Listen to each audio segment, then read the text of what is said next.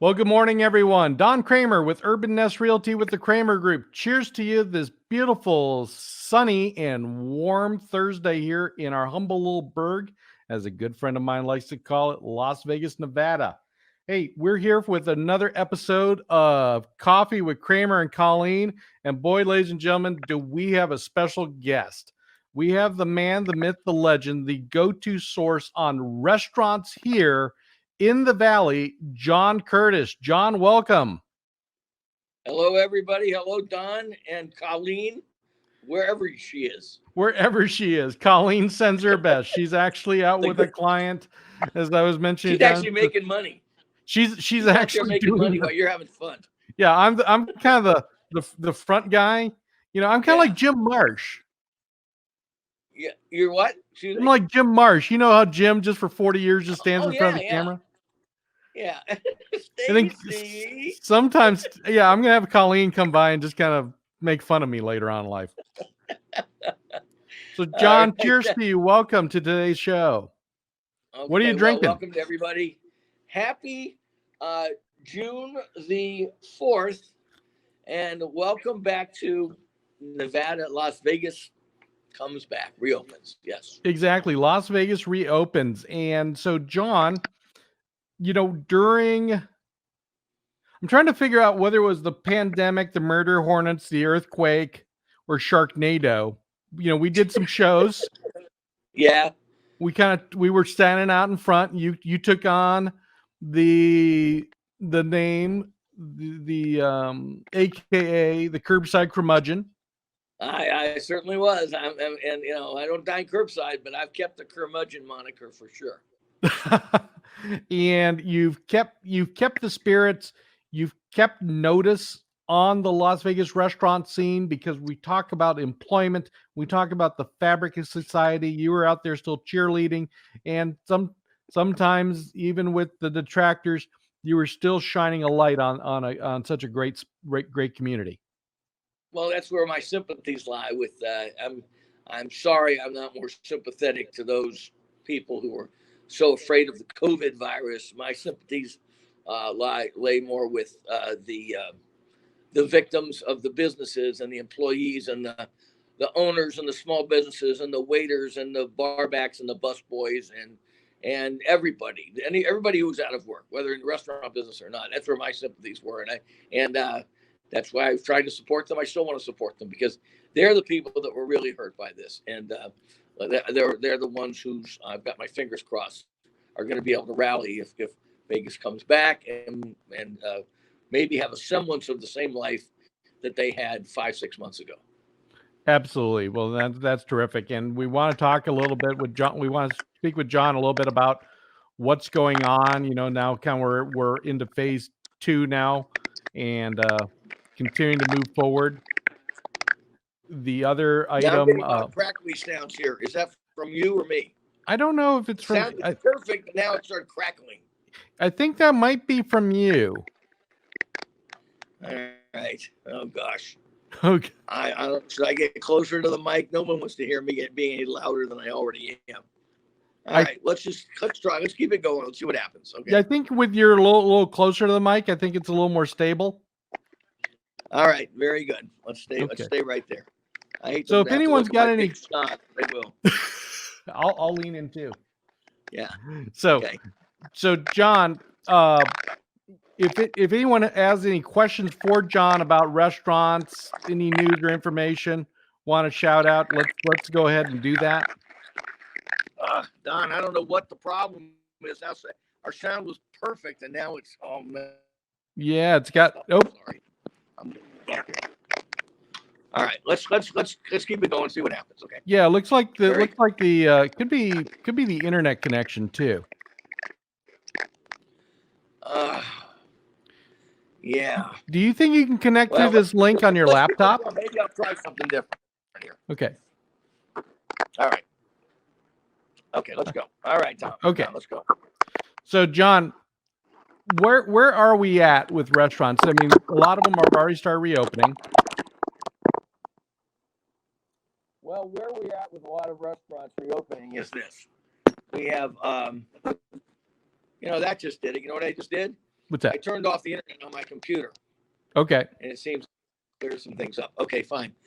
Where we're at is that a lot of places have reopened, and more than I anticipated. There's a sense of normalcy to places coming back online here locally, and the Strip, it's a little too early to tell, but an awful lot of places reopened locally that have resumed operations, almost not missing a beat. The only thing that seems a little different is, of course, there's a little more outside dining, and they're doing that table separation thing inside. Yep. But an amazing amount of places are just cooking the same food they were doing 3 months ago, and in some places, I think the food's better than ever. Okay, I mean, I was at a place called Seventh and Carson, which I've always liked, but they have a new chef there, a gal, Kiwi from New Zealand. Those Kiwis, the way they talk, and she is great. And I love Seventh and Carson. Carson Kitchen, the other Carson, right down the block, is reopened. Esther's Kitchen, places I love like Corey's, the Mediterranean place. These places are just sort of flung open their doors, and it feels like it feels like a week later, not 2.5 months after the shutdown. So that's awesome. So you're maybe the pause kind of gave them a chance, the crews, the teams, kind of maybe a little pause break to kind of refresh their talent, their chops a little bit. Well, I think so. In some places it might have been a welcome respite. Okay, I'm not sure they wouldn't say that. They're in the business to make money, and they were making none of it. But I think some of them scrub things up, and now they're raring to go. And a lot of them, every place I've been, I mean, I'm eating out, 10 times a week, Don, and every place I've been has been full as it can be with the social distancing of the tables.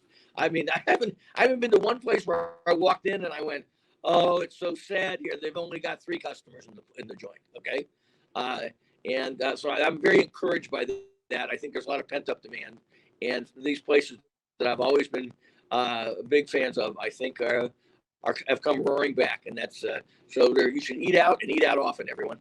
There you go.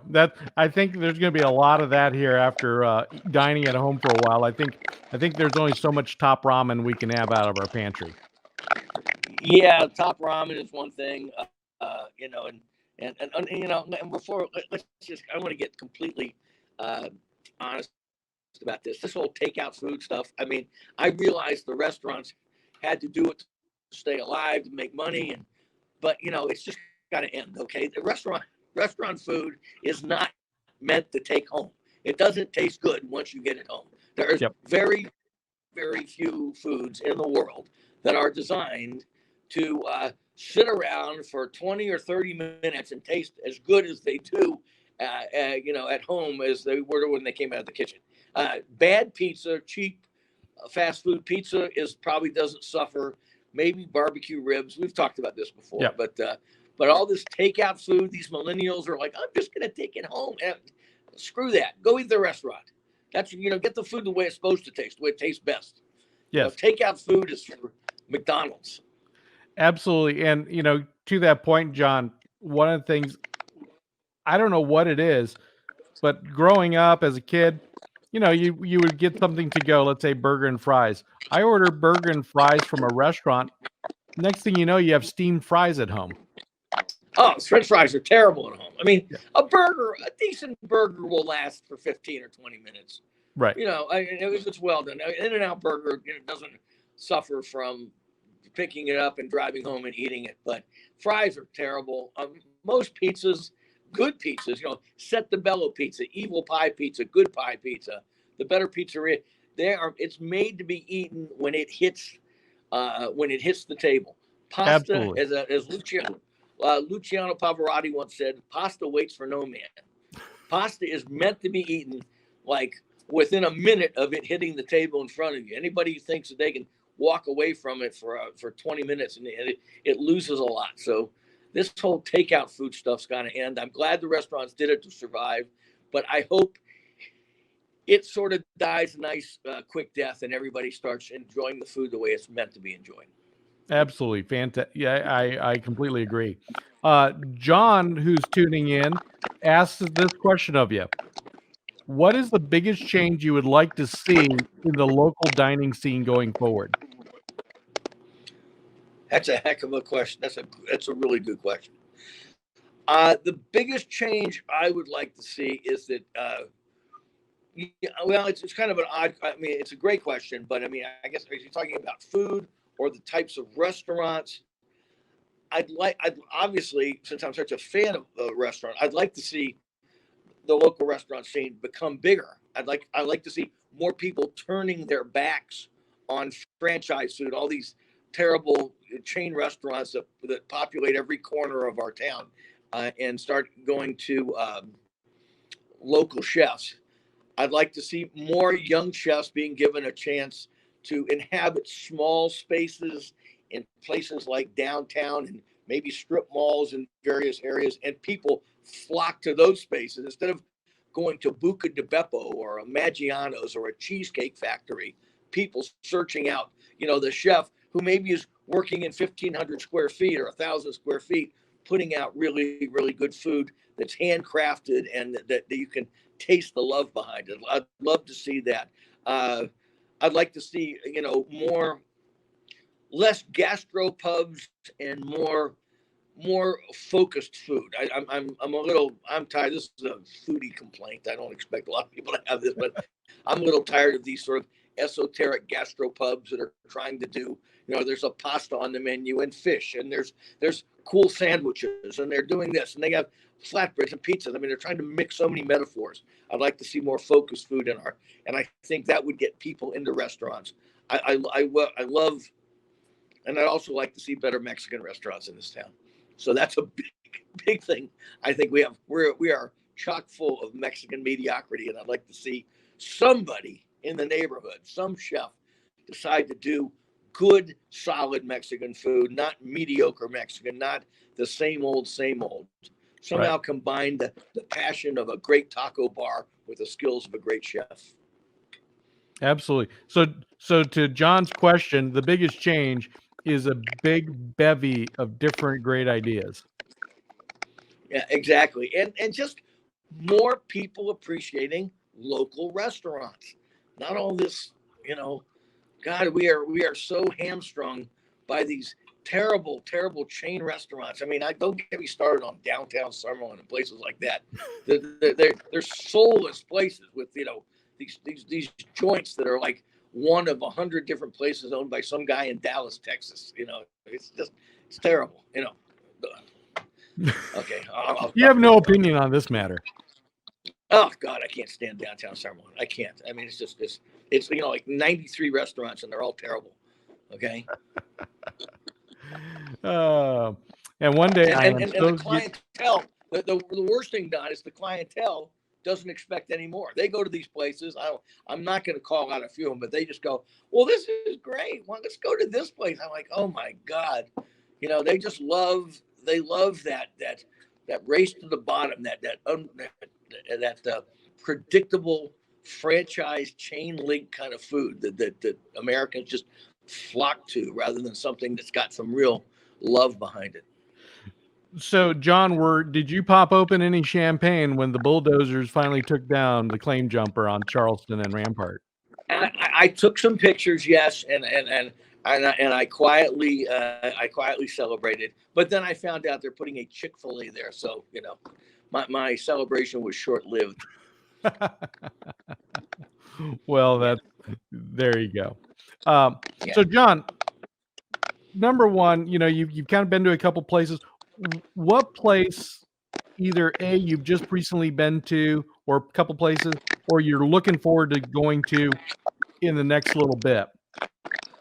What are you excited Well, to go I'm check out? really. I'll tell you.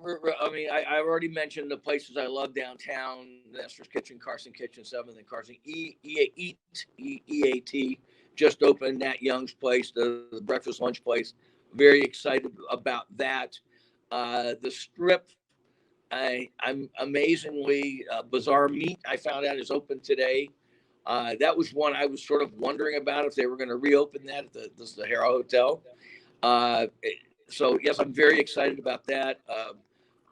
I'm curious about what reopens at the Bellagio, because they've had a murderer's row of great restaurants there for a long time. They're reopening the hotel. I know they're not going to reopen all 11 restaurants there, so I'm kind of curious as to which ones stay closed for the time being. I kind of think Picasso will not reopen, and it's been a mainstay here for 20 years. Le Cirque, everyone loves. Don't know about that one either. I think Le Cirque has a better chance of survival than Picasso. But then again, and then Cipriani, of course, it's my club on Fridays. I'll be there whooping it up this Friday. So that's become my Friday go-to to have a 4.5 hour liquid lunch. And I gotta give a shout out to the crew over there, Cipriani's. I mean, it's Cipriani's really great. Yeah, it's my favorite lunch spot. It's the place where you just, if you had a busy week or a busy month, go and celebrate with a beautiful lunch. Yeah, and it's people give me a hard time sometimes. They say, well, it's a chain. It's part of a chain, and yes, it is. There's 15 of them all over the world, or maybe more, maybe closer to 20. I think it's around 15, but it's still family owned. It's not owned by some real estate investment trust, and they hew very, very closely to a formula they started at Harry's Bar in Venice, and Cipriani's are sort of cookie cutter operations, but they're very chic, and they just nail this northeastern Italian food as well as any restaurant you can go to in Las Vegas. Certainly. Yep, for sure. Hey, Ferraro's, while we're talking Italian, don't forget Ferraro's. I've been meaning to get the Ferraro's, and it reopened, and that's one of my favorite Italians in town. And that's been homegrown for how long? Pardon? And how long is Ferraro's? 33. It might be 34 now, but it's well over 30 years. Yes, it's and Ferraro's just seems to get better every year. So I don't how Gino Ferraro does that. He's got Francesco Ducato as his chef now, and he just keeps that restaurant humming. Both of them do, and one of my faves. Absolutely. So speaking of that too, Sean just gave us a little comment. He says, he wants John to give your top. He'd like your top 5 in Vegas. On strip and off strip, you got to go both ways. Okay. On and off strip, because we're talking two different languages here. On strip and off strip. Off strip for food. So we're going to talk neighborhoods. I'm definitely going to go with Ferraro's. I consider that an off-strip restaurant. Certainly Esther's Kitchen downtown. Yui Edomai Sushi, which is where I had the dinner last night, which I think is the best sushi in town. Very classic, old school Japan, Tokyo-style sushi. No rolls there. Yeah, no rolls, no hand rolls, no California rolls there. Yui Edomai Sushi. I love Lamai for Thai food. And Lamai's Thai is just great. Is that 4? I'm trying to think 5. Probably I'm going to go with. I said Esther's Kitchen. I'm probably going to go on a low risk Corey's. I love Corey's Mediterranean food. I love Corey's. The best. Oh, it's tasty. It's healthy. It's not that expensive. It's family owned. So I'm totally on board with Corey's. Now, just to keep it going, Sean, if you get me into Chinatown, I can give you my 5 tops of Chinatown, including China Mama. I already mentioned Yui Sushi. Mordeo is one of my favorites right there. Partage, of course. Yeah. Shang Artisan Noodle, if you want really great hand-pulled noodles. Combining me at just 5 restaurants is hard. And 5 on the strip. I'm going to leave on the strip off of this right now because I don't know what's going to reopen. So those are my 5 top spots in Las Vegas, off the strip in Chinatown. Okay. So speaking of maybe a little play on that, John. So we talked about a couple places. You talked about Bazaar Meat. You're a big fan. Le Cirque. Any other ones you're anticipating? Okay, let's just keep it going then. For top 5 on the strip, certainly Le Cirque is there. Bazaar Meat is there. Cut by Wolfgang Puck is just a fabulous, marvelous steakhouse. So is Bazaar Meat, for that matter. I mean, we have some great steakhouses in this. I hope they all come back. I think most of them will. So I think our steakhouses here compete with any city in the country, except better than anybody except New York City. Of course, I always have to go through all my different, but Bardot Brasserie is great, although they just lost their chef. We'll talk about that in a minute. So for a French bistro, I love Carbone. So yeah, Wing Lei is for high-end Chinese and on this, and so, but some of these I'm not sure if they're reopening again. So it's kind of a difficult. And then of course there's the high-end French places, which is the Guy Savoy's and Joel Robuchon's. So I appreciate Sean's question.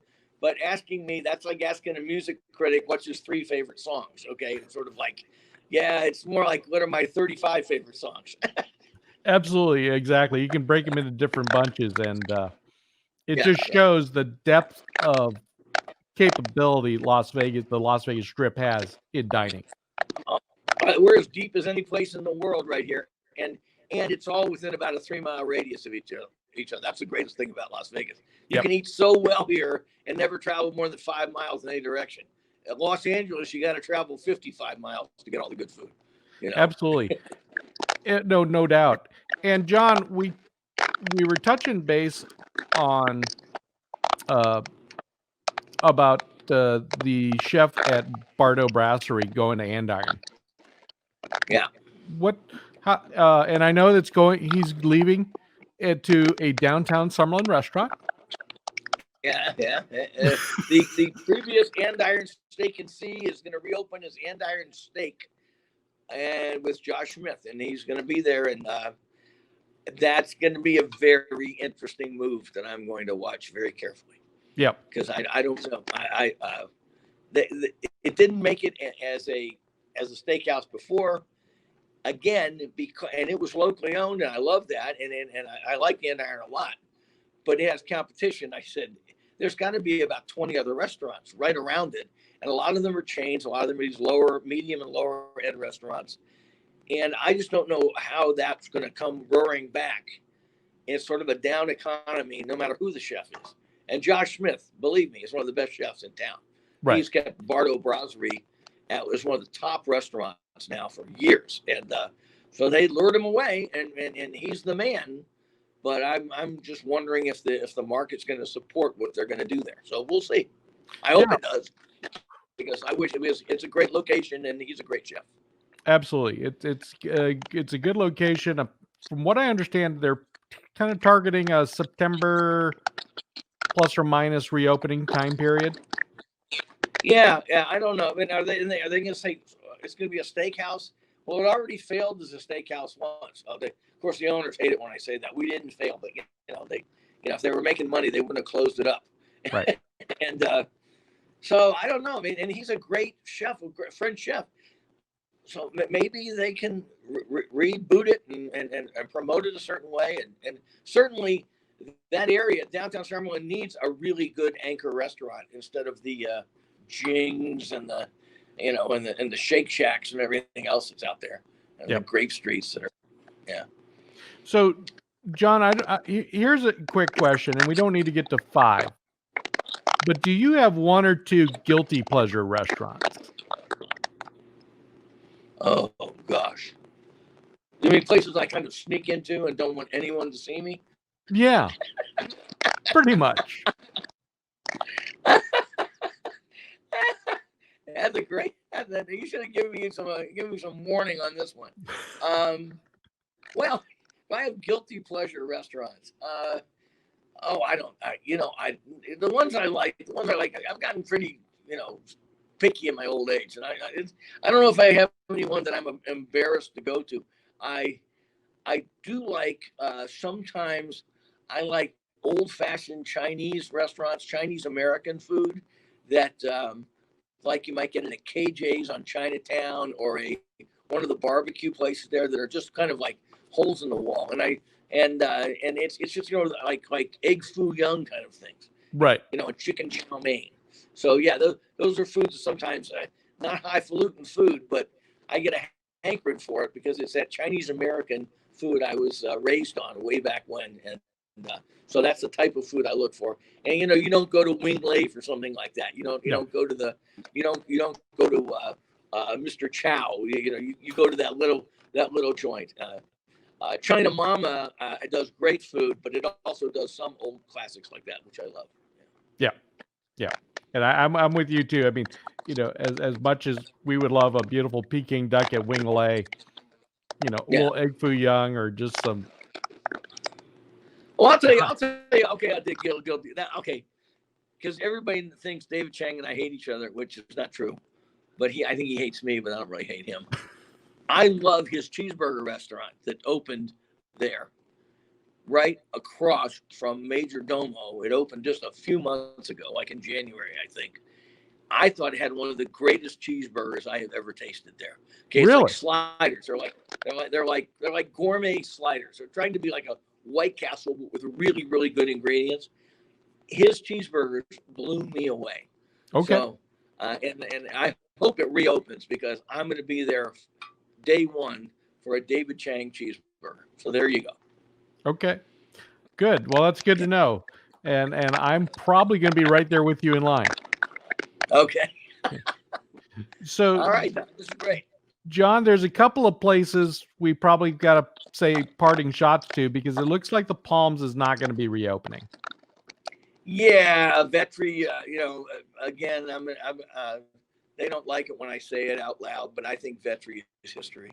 Yeah. And it's on the cover of my Eating Las Vegas book. I should be promoting my book here, Don. You don't let me promote my book. No. We gotta plug your book. You've got the current copy. I've got last year's. That's the current copy. See that the photo on the front page is Vetri at the top of the Palms, but Mark Vetri announced like a few weeks back that he would not be opening in 2020 and maybe in 2021. And in restaurant speak, that means we're closed. Okay, I don't, and I love Mark Vetri and I love his food, but that means he's done. I don't know if the Palm, even the guys, the Fertittas who own the Palms, have announced it's on the back burner as far as reopening. And I think a lot of the good places there, which I like to. I don't know if you ever went to the cocktail bar there, Mr. Coco, the cocktail bar, which was best cocktail bar in town. They had that great barbecue place by Michael Simon, Mabel's. I even like Bobby Flay's Shark there. One of the great steakhouses in town, Scotch 80 Prime. I'm fearful that all of those may be put on the back burner and we won't see them again for the rest of this year. Yeah, I was surprised to see an ad from Stations and the Palms as a brand was not on the list. Yeah, well, it was kind of an ego project for the Fertittas, and I admired what they did, and the food there for a while was great. But I think they were struggling even with a booming economy of like a year ago. So I'm not sure these are coming back, and it's bad. It's tough because Vetri was a fabulous Italian restaurant, and he does like this upscale Italian food like nobody in town was doing. Beautiful view, spectacular room, great bar, and I think it's history. But I hope I'm wrong, and I've told that to a lot of people. I'm making all these predictions. I hope I'm wrong. First of all, they're worth what you paid for them, and secondly, I hope I'm wrong. So, absolutely. And John, like you said, we kind of have a little parting ways to some restaurants. Is there anything that was scheduled to be announced in 2020 that still looks on track you're excited for? Or is that too early to tell? Scheduled to be announced in 2020. Well, I think all that stuff has been put on hold. I mean, I don't think there's going to be any new restaurants opening on the Strip in 2020 at all. So the Andiron in downtown Summerlin, very much excited for that. I know there are various. Ralph Perazzo is going to open a hot dog stand in Las Vegas, and I'm excited for that because he makes his own hot dogs. I mean, these snap dogs that are custom made, like hot dogs like you have never tasted before. Truly a tube steak. Okay, and Ralph Perazzo is his plans were on board before the shutdown.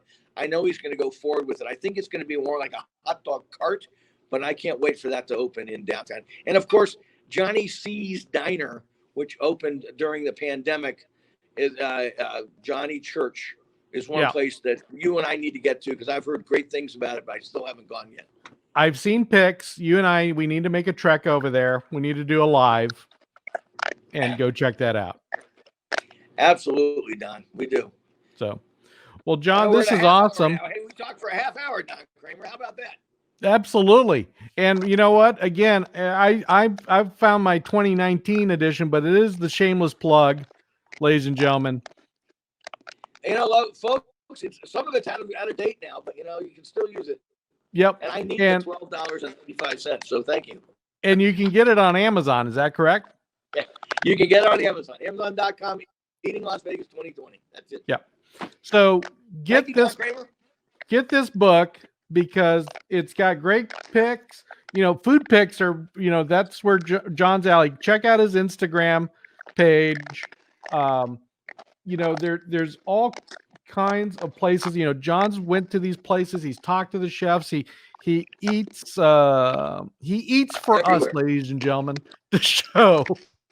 I tell people I eat in every restaurant in Las Vegas, so you don't have to. Okay. Exactly. So we appreciate John coming on. Also, to check out his website, eatinglasvegas.com. He's had an interesting series called the COVID Diaries. It's great writing. The web thing is eatinglv.com. Eatinglv.com. So eatinglv.com. And also, you know, like I said, check him out on Instagram and such. But we appreciate everyone tuning into today's episode of Coffee with Cramer and Colleen. One day you're going to see Colleen back in. And John, pleasure as always. Shout out to Vesta Coffee. Bon appetit, Downtown everyone. Roaster. We'll see you in a restaurant soon. Absolutely. Bye-bye. Thanks everyone for tuning in. We wish everyone a wonderful Thursday. Take care. Bye-bye.